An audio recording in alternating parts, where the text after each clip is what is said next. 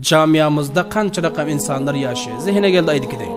Camiyamızda yaşayan insanlar muhtelif. Fikrimizi alalım. Bir edde insanları camiyamızda yaşıyor. Hemme yerde babıl. Hemme mülkte babıl. Bir edde insanlar camiyamızda yaşıyor. Bir edde hemmedel. Fakat sizlerin yiyeninize, içeninize, giyeninize karıyor. Nedir? Fulani name iydike, name içiyoka. Fulani name giydike, kança vaktan giydike. Hanşının giyen zadın men alayın mi, al bilmerin mi? Neyden giyiyoka, neyden iyiyoka. Fakat sizlerin yiyip içeninize karap yürüyor, başka iş yok onun. Başka iş yok. Fakat yiyeninize, içeninize, giyeninize karıyor, teveccüh edin. Merdimyan da iyeninize mahtaman, iymedinize şikayet etmen. Bes halas öz guzaranız, öz bereketiniz Allah izafalık versin.